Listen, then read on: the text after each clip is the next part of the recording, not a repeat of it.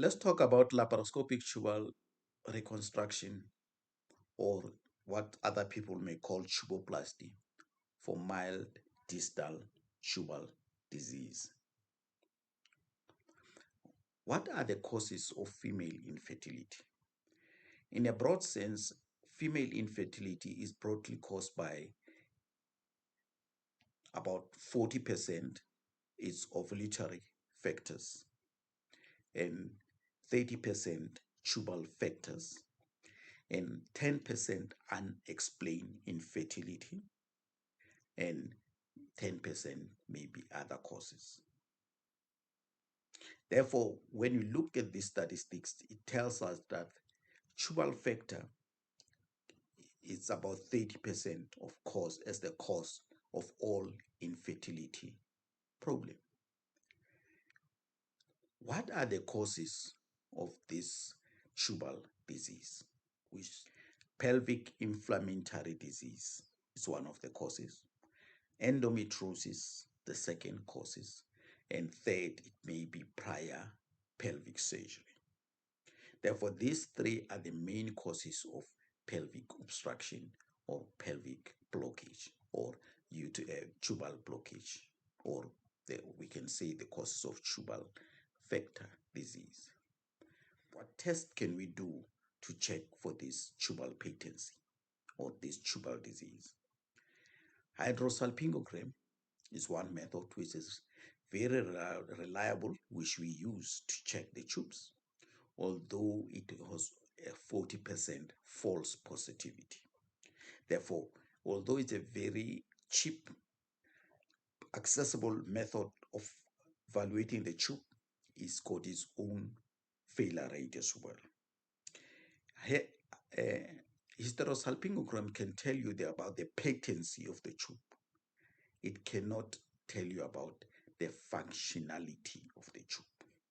In other words, it cannot tell you that the tube is mobile, it's able to move around to look for an egg so that it can trap it and the egg can be, tracked down into the fallopian tube where the fertilization happen. Sonohysterogram is one method using ultrasound and inject the dye through the uterus into the fallopian tube and check the patency of the fallopian tubes. Laparoscopic chromotubation, it's a procedure where you do laparoscopy indeed, and during the laparoscopy you can then infuse the dye through the uterus into the fallopian tubes and then check with the laparoscopy whether the dye is flowing into the abdominal cavity, which is a sign of showing that the tube are really, really patent. The advantage of laparoscopic chromotubation is that you can at that time even check the functionality of the tube. Therefore, it's really a golden standard method in really confirming the functionality and the patency of the tube. Chlamydia antibody testing also can be used, and even sonosalpingogram to check the patency of your tube if you are worried about the patency of your tube. Now, when we look at the tubal disease, it's very important that we divided it into probably two categories so that we can understand it properly. The first, it will be proximal, in other words, the proximal part of the tube. The part which is close to the uterus, which is connected to the uterus, that's a proximal part. Then a lot of things can cause blockage there. Can be something very like mucus material, plaque. Endometriosis can affect the proximal part of tube, and chronic salpingitis as well, and even spasm. Spasm is the commonest actually condition as well, whereby the tube go into spasm when you try to inject the dye, and then you falsely think that the tube are closed, but unfortunately they are not blocked. It's just a spasm because it's a natural. The tube has got muscles, therefore it can construct or constrict and then close the opening of the fallopian tube. The distal disease or obstruction is just called by pelvic inflammatory disease and endometriosis, and even prior pelvic surgery, for it can be appendix or even surgery within the abdomen, removal of the fibroids or any procedure, endometriosis, even procedure related to that. It can definitely cause adhesion, scarring, and even affect the patency of the tubes. It's very important at this stage to go through the anatomy of the tube so that we can understand. Roughly, the fallopian tube is about 7 centimeters. Therefore, by that, it means the fallopian tube can move from one side, from the left side to the right side, from the right to the left side, to catch any ovulation will happen, either of the ovaries.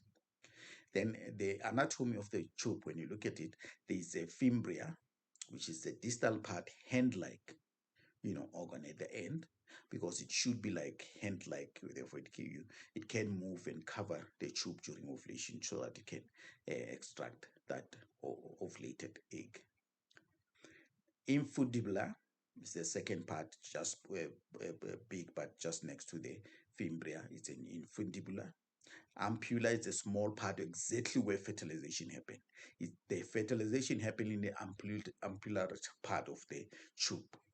Then from there, then everything can then migrate through the isthmus and then the connual, which is the part joining the tube to the uterus.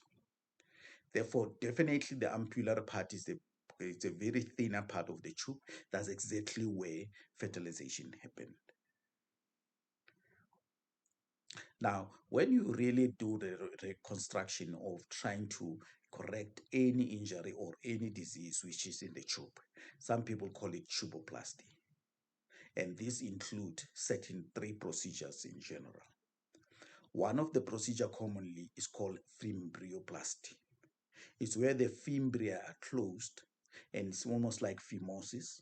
And then in that situation, you can release those fimbria and the tube can start relaxing. All the fluid accumulated can come out and the tube relax, be healthy and beautiful, and that tube can start working properly. And then you can be pregnant after this procedure. The pregnancy rate after fimbrioplasty is very high, and it's very high and it's very good. Salpingo ophorolysis, it's a procedure where the tube is attached to the ovaries and there are a lot of adhesions. Then you nicely remove the tube, make sure that the tube is okay, and then remove the adhesions, and then do around the ovaries well, remove or any adhesions which may be in the ovaries, and then you can use laser, although we don't encourage using cautery in this stage. Usually laser therapy is very good because in this situation you avoid scarring of the tube. Salpingostomy. Salpingostomy is a procedure which can be done commonly in a situation whereby the patient have an early ectopic. In other words, the ectopic haven't ruptured, and then the tube haven't ruptured too. Then you go and then with the cut with the laparoscopy, then you can cut the tube, parallel, and then remove the product of conception and clean the tube. You can put 1 or 2 stitches. That is called salpingostomy, that procedure, just to remove that ectopic part. Then you can do salpingostomy as well in patients with hydrosalpinx, although this procedure is not good with those patients because it recurs. Therefore, immediately we have done it, few weeks down the line when you do this soon, you find out hydrosalpinx have actually recur. In other words, we have got another hydrosalpinx has been done. Therefore, in that case, the failure rate actually in assisting patient with hydrosalpinx with salpingostomy is terribly poor and is not a good procedure to do.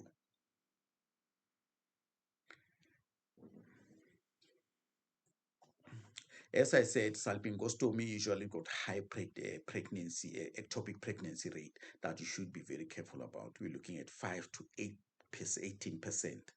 Therefore, if a patient has salpingostomy and become pregnant, the first thing you have to do is to exclude ectopic pregnancy because it's very high. You're looking at 5 to 18%.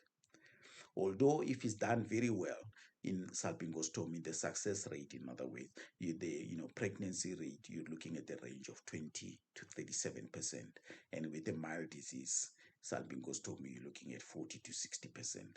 Therefore, it can be done, but it's strictly done by very skilled surgeon who can really make sure that he's doing the good job. Occlusion of the proximal fallopian tubes. It can be intramural. By that is the tube which within the uterine with the uterus, and then because of those muscle, then the tube can close. Therefore, that can be what you call intramural, interstitial, or isthmus obstruction. Proximal tubal disease is common and is caused by salpingitis, ischemica nodosa. Salpingitis ischemica nodosa. It's a common, maybe a congenital condition where it is causing the obstruction of the proximal tube. Obstruction of the proximal tube as well is approached via hysteroscopy sometime to repair it with laparoscopy. Therefore, we have to use both hysteroscopy and laparoscopy to repair the proximal tube. Although, as I said, the chances that you may succeed in those kind of procedure, especially in the era now of IVF or ICSI, it's very low. Most of pregnancies happen within a year of surgery after we've done all this surgery for lysis or for even tubal reversal and so forth. Usually 8 months is a period you have to, most of the pregnancy come. Therefore, after this procedure, you should have really a long time follow-up of those patients of up to 2 years so that you can see what's happening and do they achieve the pregnancy. The prognosis of surgical repair in hydrosalpinx with diameter more than 3 centimeters is extremely poor. Therefore, those patients with hydrosalpinx, really huge one, around more than 3 centimeters, which is really common. Most of hydrosalpinx are bigger than that. Therefore, already the inner part of the tube has been damaged. Therefore, now people will look at the opening of the tube, that the tube is open. And a patent or open tube doesn't mean that it's a functional tube. And there are two important factors in the tube. One is functionality, the other one is patency. Functionality, now we're putting of the inner mucosa of the tube, which have got small fimbriae, smooth fimbriae, which can propel the egg forward into the uterine cavity immediately after fertilization. But or if those fimbriae are damaged and the tube is smooth inside, therefore opening the tube really doesn't give you any benefit whatsoever. As I said, repair of proximal tube is really, in this case, when you're doing something like tubal reanastomosis, you have got very good result. Patency rate about 90%. With the pregnancy rate, you're looking at 50 to 90%. But except really those segmental issues of the tube, then really operating the proximal tube, proximal part of the tube, prognosis, tuboplasty, is actually very, very low. And it's not something you can look at in this time of IVF or ART. Repairing the distal fallopian tube, by that I mean fimbriectomy, which repairing the fimbria or adhesions around the distal part of the tube.